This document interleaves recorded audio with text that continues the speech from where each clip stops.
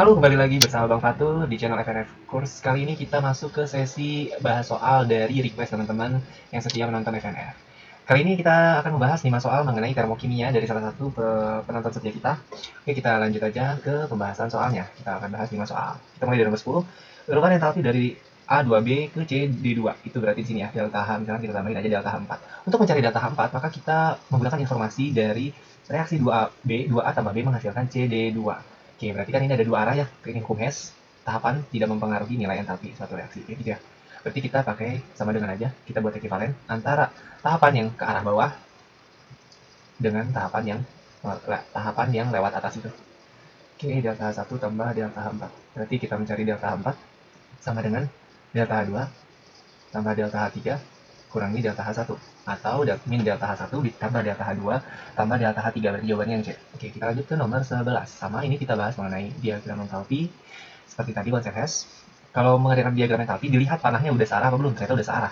Kita bikin ekivalen lagi aja. Siapa yang mau kita cari? Yaitu, ya ini bukan yang kita cari ya, lebih ke mana persamaan yang tepat kayak gitu ya. Kalau gitu kita bisa tulis aja delta H3 itu sama dengan delta H1 ditambah delta H2.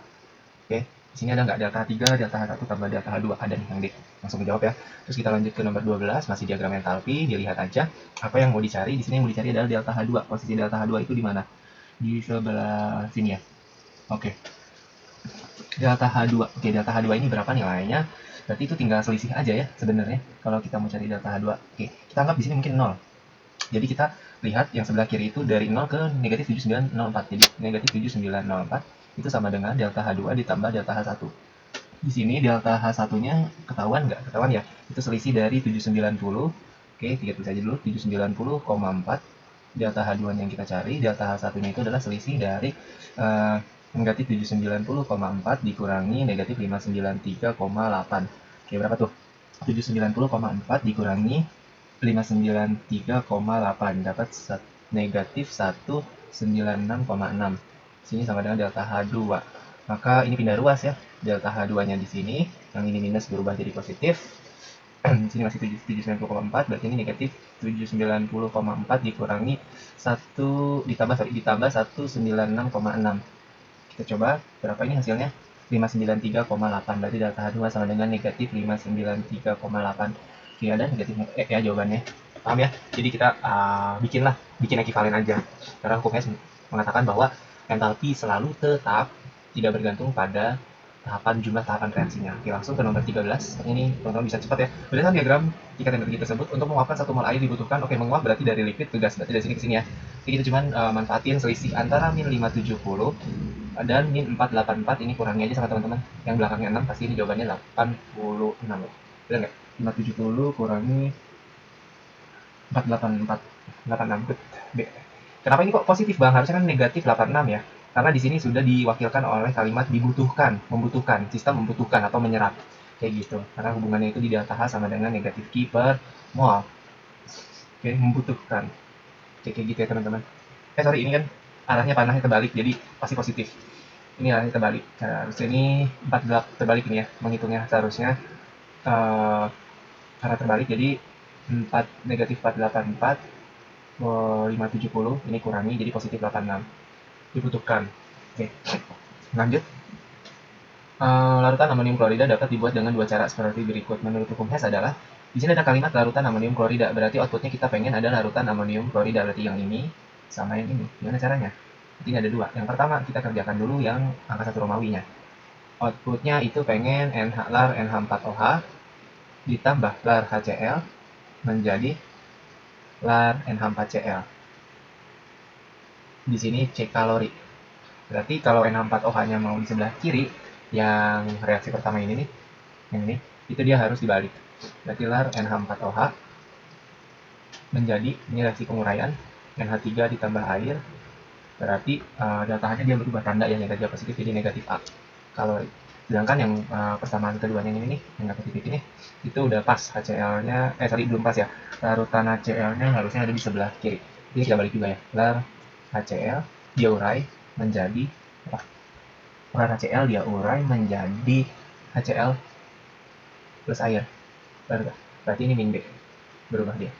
Nah, yang kita gunain ini informasi yang ada di sini. Kalau dari persamaan satu Romawi ini kita dapat bahwa C sama dengan min A min B gini. Nah, tapi kita pengen bahas juga, berarti ini membandingkan antara satu Romawi dengan dua Romawi di sini. Nah, yang dua Romawi ini gimana? Yang dua Romawi berarti yang reaksi keduanya ini nggak usah dirubah karena larutan NH4Cl-nya udah pas di sebelah kanan. Jadi di sini NH4Cl plus air, lar NH4Cl-nya udah pas ada di sebelah kanan, lar NH4Cl. Lar itu larutan ya.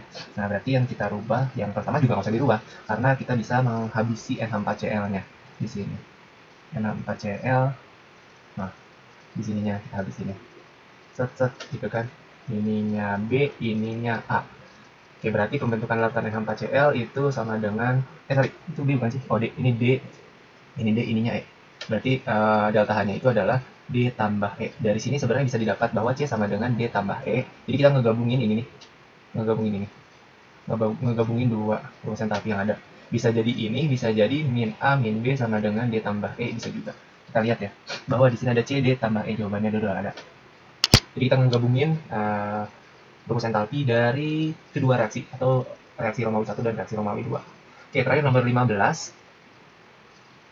15 itu kita mau lihat outputnya aja langsung, bahwa kita mau menentukan entalpi dari fermentasi glukosa C6H12O6 menjadi 2C2H5OH ditambah 2CO2. Lihat, kalau misalkan kalian mengerjakan penentuan entalpi reaksi dari beberapa step reaksi, itu dilihat langsung dari produknya. Dia pengen apa? C6H12O6 atau glukosanya di sebelah kiri. Kita lihat di persamaan 1 dan 2-nya. Ada nggak C6H12O6? Ada nih, di sebelah kiri. Udah benar. Di C6H12O6 ditambah NO2 menjadi 6CO2 plus 6H2O. Delta H tidak diapa-apain, maka ini reaksi nggak diapa-apain, maka delta H tetap negatif 2820. Untuk reaksi nomor 2, ini dibalik ya. Kenapa dibalik? Karena diminta C2H5OH ini sebelah kanan, sedangkan ini ada di sebelah kiri di reaksi kedua. Berarti dibalik dan dikali 2. Di sini kita lihat 4CO2 dikali 2 dulu tambah 6H2O menjadi 2C2H5OH ditambah 6O2 ya. 6O2. Oke. Delta H-nya di sini 2 kali dari negatif 1380. Oke, 2 kali kenapa? Ini positif, karena reaksi dibalik, maka ini jadi positif, terus 2 kali lipatnya karena koefisien dikali 2. Ini kan sesuai ya reaksinya. Luas kiri dan kanan ada H2O dia habis, ada CO2 yang kiri habis, yang kanan sisa 2, O2-nya habis. Berarti ini sesuai dengan reaksi yang kita mau. Berarti delta H-nya kita dapat bahwa delta H dari reaksi nomor 15 ini adalah negatif 2820 ditambah 2 kali 1380. Oke, jawabannya berapa? Kita hitung 1380 kali 2, 1380 kali 2 itu 2760. Dari sini terbukti bahwa reaksinya eksoterm. Kenapa? Karena yang negatif ini lebih besar daripada yang positifnya. Itu enggak? Kurangi 2820. Jawabannya negatif 60 eksotermnya. Ada jawabannya itu nomor opsi B. Oke, terima kasih. Semoga video ini membantu.